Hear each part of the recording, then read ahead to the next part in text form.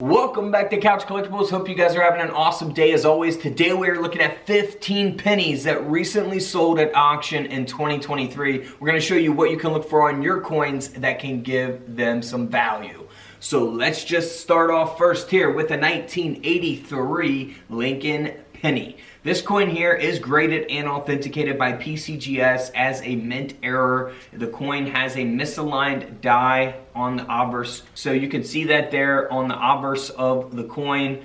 Very noticeable type of error. It's not a super rare and valuable coin. It sold for $42 at auction. You know, had it been a higher mint state, like a mint state 67 or 68, the coin could have sold for more money, of course. But still a cool mint error there to always look for. Kind of like an off-center error that we've looked at previously in other videos. Moving on to a 1983 Lincoln penny that sold for $129 because it was struck onto an unplated planchet.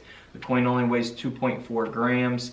This coin, graded by NGC, again sold for $129, graded at a mint state 64. Next up is a 1987 penny. Now this coin here, graded by NGC at a mint state 65 red, ended up selling for $124.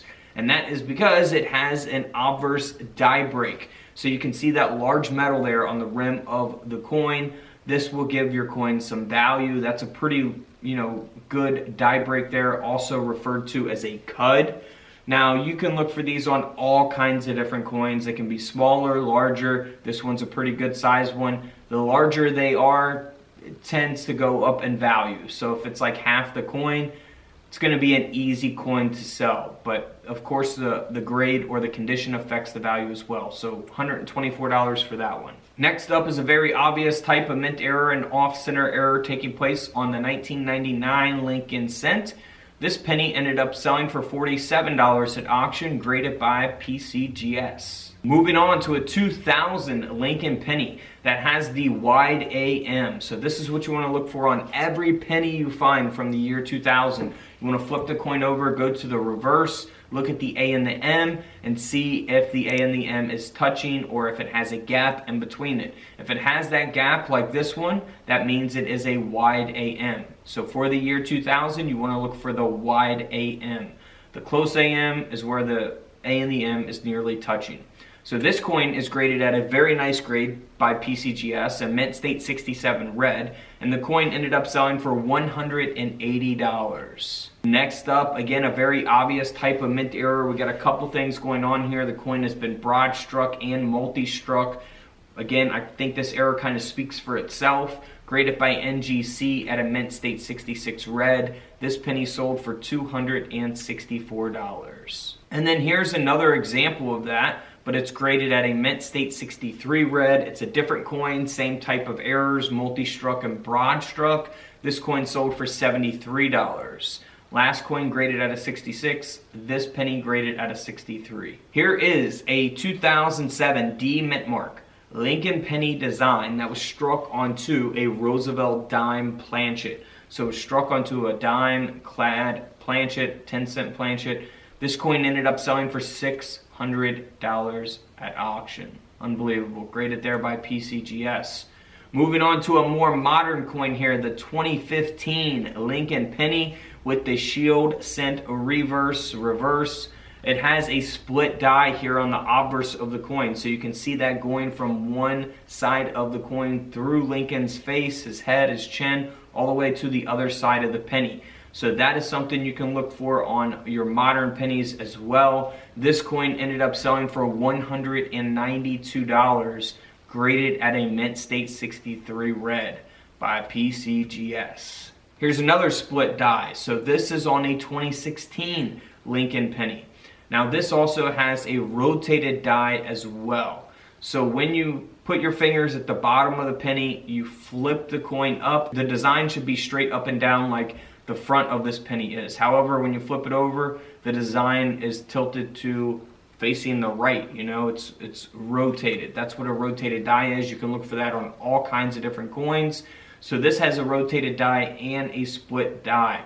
and you can see that on the obverse of the coin. This coin is graded by Annex at a mint state 64 red, and the coin sold for $264. Moving on to another die break, we looked at one before that sold for $124.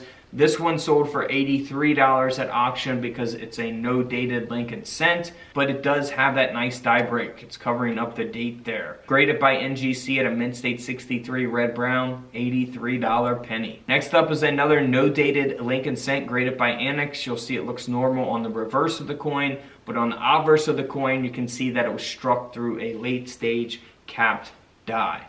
So you won't see the full design as a result of that. The coin ended up selling for $134. Next up is a wheat penny that has, a pretty normal reverse of the coin. Looks like any old wheat penny that we'd find in, coin collections we bought, or if we inherited a coin collection, or maybe, if you find wheat pennies from coin rolls from the bank, look normal on the reverse, but when you flip the coin over, it does not look normal because we have a lamination here where it's detached. So it's a very nice error here. Too bad it's only graded at a 20 by Annex, but the coin still sold for $60 at auction.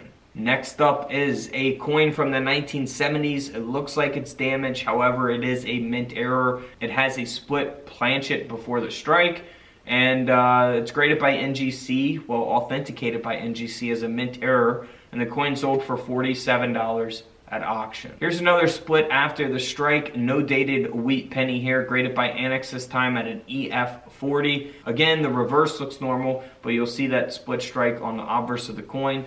This penny ended up selling for around $60 at auction. So if you guys are into looking for mint error coins, wanting to know which dates are rare and valuable, feel free to check out the rest of the videos here on the channel. We are uploading coin and collectible videos every single day. And don't forget to subscribe in the middle. Feel free to check out the videos to the left of me. And until tomorrow, I'll see you guys in the comment section below. This is Couch Collectibles, and this is where I disappear.